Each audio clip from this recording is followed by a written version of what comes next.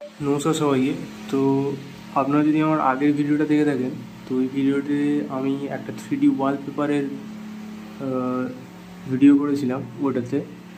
তো 3D ওয়ালপেপারগুলো কেমন হয় আর এরকম প্লাস্টার করা দেওয়ালেও লেগে যাচ্ছিলো। এই যে 3D ওয়ালপেপারটা এই সাইডেরটা ফার্স্ট দেখিয়েছিলাম। তো এটা আমি কমপ্লিটলি মানে মেরে নিয়েছি। এইবারে যে দেওয়ালটা আছে মোটামুটি কমপ্লিটলি মারা হয়েছে, এখনও কয়েকটা বাকি আছে।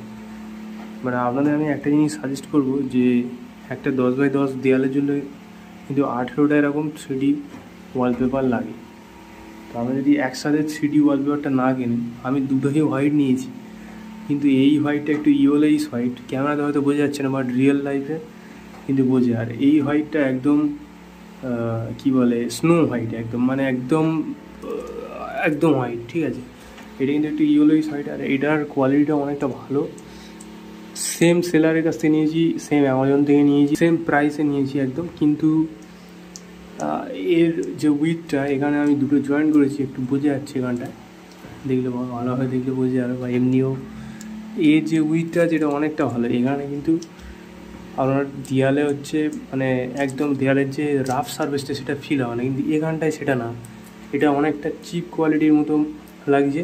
আর এই যে 3D ফোমগুলো এগুলো অনেকটা পাতলা, মানে উইথ দিয়ে অনেকটা পাতলা, তো এটা এইরকম লাগছে দেখতে। বাট এই পারেরটা কিন্তু একদম হোয়াইট কালারের লাগছে। তো আমরা যদি এরকম দেয়ালে 3D ওয়ালপেপার লাগাতে চান, তার জন্য কিন্তু একটা দেয়ালের জন্য আগে থেকে মেজারমেন্ট করে নিতে হবে যে আমার কত ফুট বাই কত ফুট দেয়াল, সেই হিসাবে কিন্তু আপনাকে পুরো ওয়ালপেপারটা একসাথে অর্ডার দিতে হবে। যদি আলাদা আলাদা করে অর্ডার দেন, দেখেন দুটোই হোয়াইট কালার আমি অর্ডার দিয়েছি, সেম সেলারের কাছ থেকে সেম প্রোডাক্টই কিনেছি, বাট তাও জায়গাটাই হয়ে যায়। এখানে আমি এই লাইটটা অন করে দিই, এটা সোলার লাইট অন করে দিলাম। এই বাইরে এটাকে করেছি, ক্যামেরাতে অতটা বোঝাচ্ছিলাম, বাট এটা হচ্ছে স্নো হোয়াইট, একদম একদম ফ্রেশ হোয়াইট। আর এপারে যেটা আছে এই সাইডটা হচ্ছে হালকা ইয়েলোইশ টাইপের আছে। আর প্রথমবার লাগানোর জন্য আমি পিছনের দেয়ালটায় কিছু ভুল করে ফেলেছিলাম, যার জন্যে পুরো দেয়ালটা এরকম দেখাচ্ছে।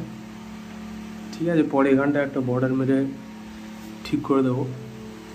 তো আপনাদের সাজেশন একটাই থাকবে যে যদি কিনতে চান 3D ওয়ালপেপার, এগুলো কস্টলি আছে ভালো, 10 পিস করে 1119 টাকা করে দাম, মানে প্রতিটা ওই 119-20 টাকা করে পড়বে প্রতিটা ব্লক।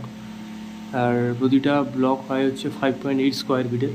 একটা 10x10 দেয়াল কভার করার জন্য 18টা মতো লাগবে।